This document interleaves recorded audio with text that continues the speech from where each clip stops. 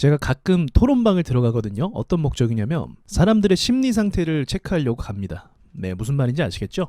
그래서 이때 갈 때마다 이제 카카오 게임즈가 시외 상 갔더라고요. 그래서 카카오 게임즈에 많이 물린 사람들이 많을 텐데 얼마만큼의 이제 이야기가 오고 가는지를 한번 보러 갔는데 나오지 말아야 될 글이 또 있더라고요. 뭐냐면 그동안 주주님들 수고 많으셨습니다. 이제 고생 끝났고 앞으로 이제 좋은 일 있을 겁니다. 그런 글이 올라오더라고요. 이 그거를 제가 어디서 본 적이 있냐면 HLB 토론방에서 본 적이 있어요. HLB도 임상 소식에 대해서 긍정적인 기사가 나오니까 시간에서 상승했었잖아요. 그때도 그와 같은 글이 있었습니다. 근데 어떻게 돼요? 네, 박살이 나버렸죠. 그만큼 이게 그런 거죠. 그런 말이 나쁘거나 틀린 게 절대로 아니죠. 맞는 말이죠. 그동안 고생 정말 많이 했고 눌리면서 이제서야 호재가 떠갖고 시간외에서 상승을 했고 주가도 그걸 반영해 준다라는 그런 기대 심리, 그건 당연한 거라고 봅니다. 뭐 틀린 말 한 게 아니에요. 근데 이게 주식이 웃긴 게 뭐냐면 상대적이라는 거죠.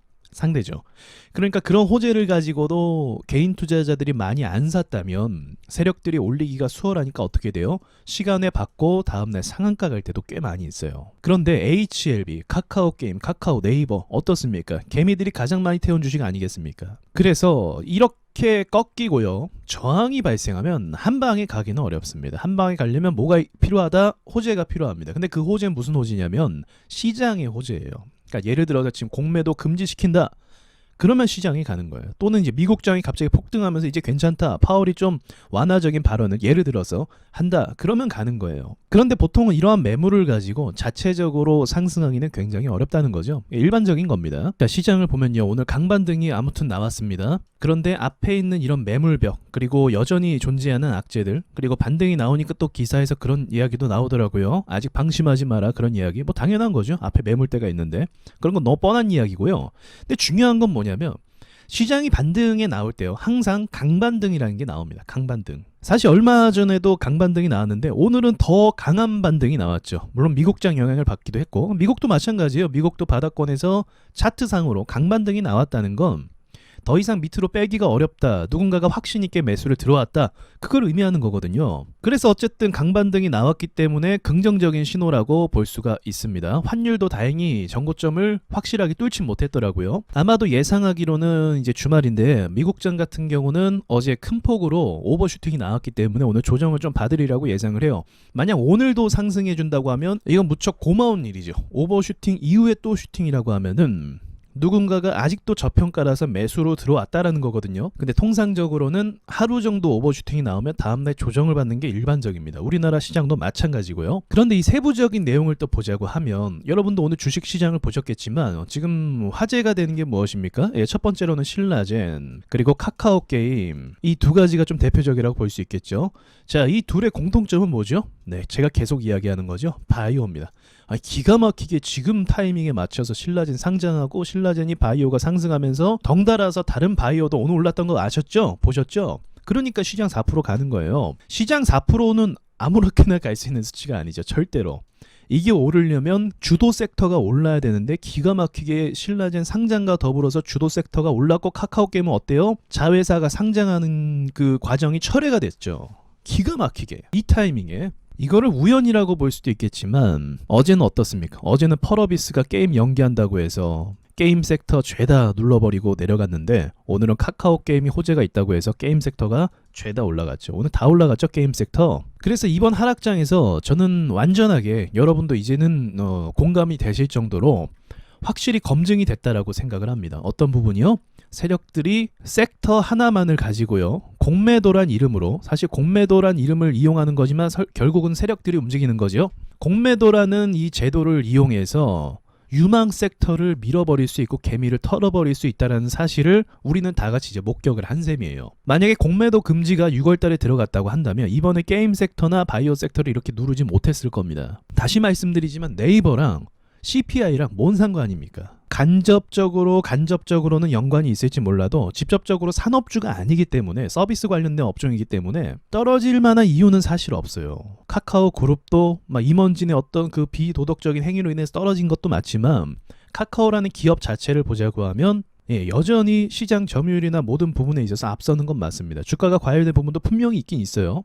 하지만 떨어지는 것이 이게 납득할 만한 수준은 분명 아니라는 거죠. 그리고 오늘 종목을 보면 특별히 위메이드 맥스가 상한가를 갔습니다. 이유는 뭔가요? P2E 게임 허용 모색 의 발언에 따라서 상한가가 갔다라는 거죠. 이제 P2E 하면 대표적인 종목이 위메이드 맥스죠. 사실은 P2E 관련된 종목이 굉장히 많습니다. 그럼에도 이제 상징성을 가진 위메이드 맥스가 상한가를 먼저 찍었다는 거죠. 그러한 발언을 했다는 건 P2E도 우리나라에서 허용할 수밖에 없습니다. 제가 봤을 땐 그래요. 전 세계적인 트렌드가 P2E가 될 가능성이 굉장히 높고 우리나라 따라갈 가능성이 높은 거죠.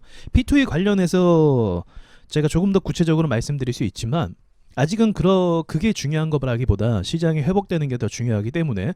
그리고 여러분이 이상하지 않습니까? 왜 게임주가 코스닥 흐름과 연관이 있는 걸까? 이거는 저도 과거엔 그러지 않았어요. 근데 여러 대형 게임 회사들이 상장하고 나서부터 이게 게임주가 시장에 주는 영향력이 굉장히 커졌다는 거죠. 그럼 그거는 어떤 배경 때문에 그렇다? 이전에도 말씀드렸지만 메타버스예요. 메타버스 중심 가운데 P2E가 있습니다. 왜요? 메타버스 안에서 돈을 벌어야 메타버스로 사람들이 들어가죠. 메타버스로 오라고 하면 들어옵니까? 안 들어오죠. 그럼 어떻게 해야 들어올 수 있을까요? 그 안에서 게임 머니를 벌 수 있고 그게 실제 나에게 영향을 주게 될 때 그때 들어가게 되는 거예요.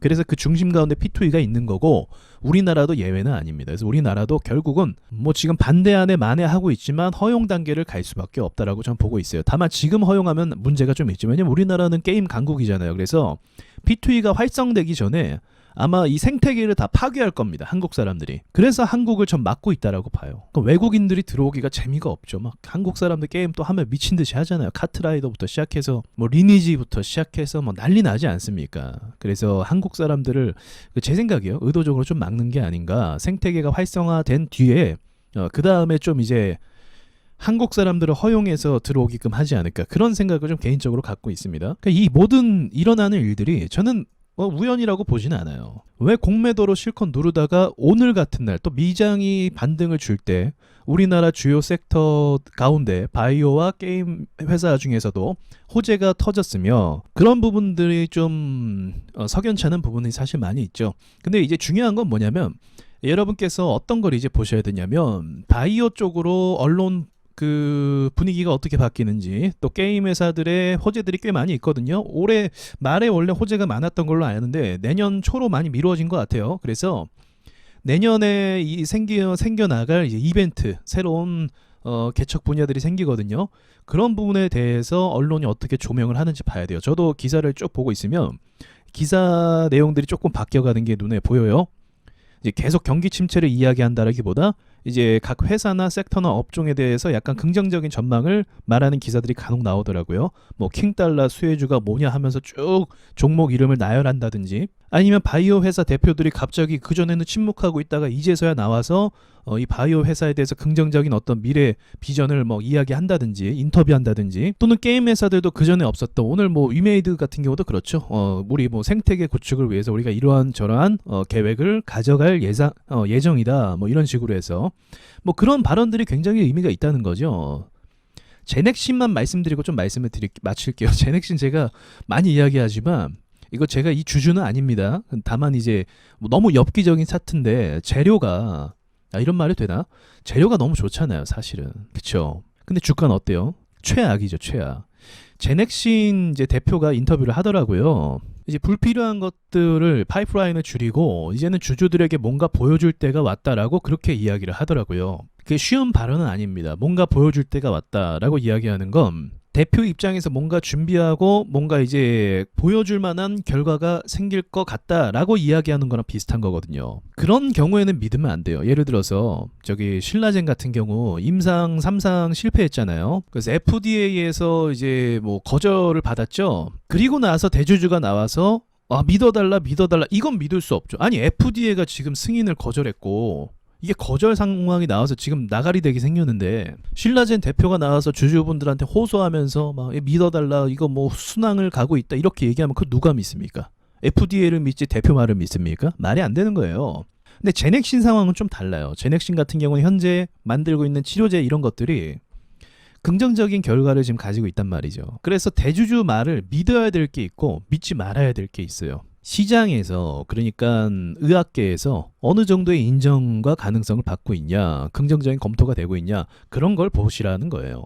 그리고 대주주가 저렇게 말하면 이제 힘을 실어줄 수 있는 계기가 되는 거죠. 그렇다고 해서 제가 뭐 회사들의 저런 대주주 말을 다 믿는 게 아니에요. 그 말이 아닌 거 아시죠? 예, 분위기를 말하는 거예요. 분위기가 좌우돼야 됩니다. 지금 분위기가 어때요? 금리 인상 얘기하고 CPI 얘기하니까 분위기가 이상하니까 뭐 별 같지도 않은 소리 가지고 지금 증시가 폭락하고 있잖아요. 고용이 좋다. 파월이 더 올리겠다. 이 말도 안 되는 소리하고 앉아 있잖아요.